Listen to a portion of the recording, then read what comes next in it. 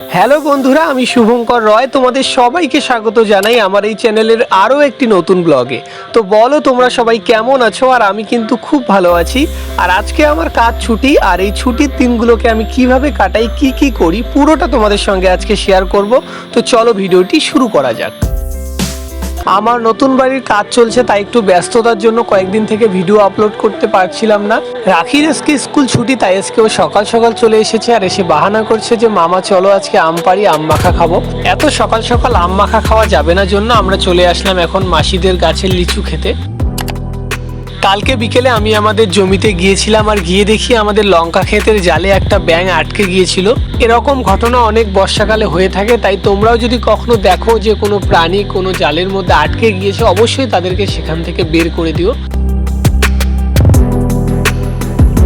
আম মাখা খাবার জন্য আমরা এখন চলে আসলাম আম পাড়তে। আর এবছর এই গাছটিতে প্রথম আম হয়েছে। আম পাড়ার জন্য আমি চালের মধ্যে উঠে পড়েছি, আর রাখিকে বলেছিলাম যে উঠতে হবে না, তাও আমার পিছু পিছু চালের মধ্যে উঠে পড়েছে। আমগুলো দেখতে কিন্তু খুবই সুন্দর লাগছে। তোমাদের কার কার খেতে ইচ্ছে করছে অবশ্যই এখনই কমেন্টে লিখে জানাও। আর ভিডিওটি ভালো লাগলে অবশ্যই একটি লাইক করে দিও।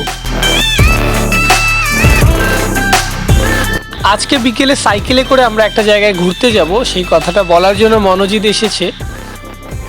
কোথায় ঘুরতে যাব তো তোমরা দেখতেই পারবে, তো এর জন্য পুরো ভিডিওটি দেখতে থাকো। আমগুলোকে আজকে লম্বা লম্বা করে কাটবো, কিন্তু দুঃখের বিষয় হচ্ছে আজকে আমি আম কাটতে গিয়ে হাত কেটে ফেলেছি।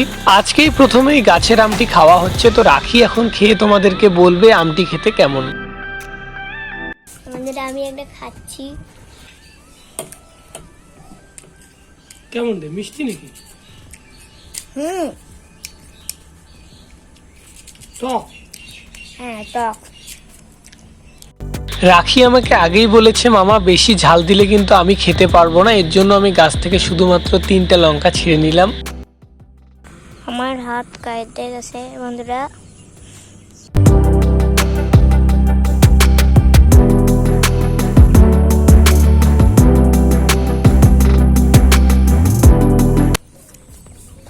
গাইস, তো দেখতেই পাচ্ছ মামা খেতে খেতেই যাচ্ছে, আর আমি খাচ্ছি না।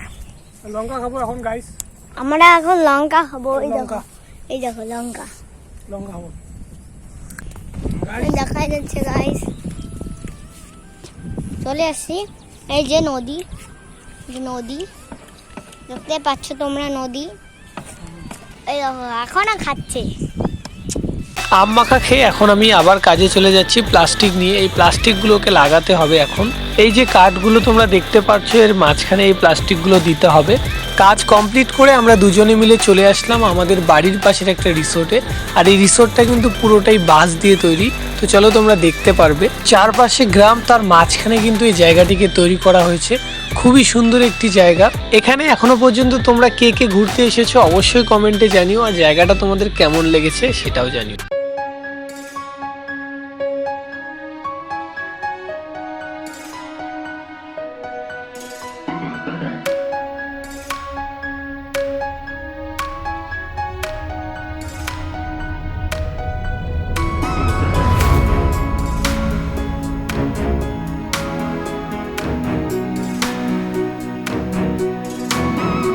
এখন আমরা যাচ্ছি বাড়িতে। আর একটু আগে বৃষ্টি হয়েছে, কেমন পুরো শহরটা ভিজে গিয়েছে বৃষ্টিতে।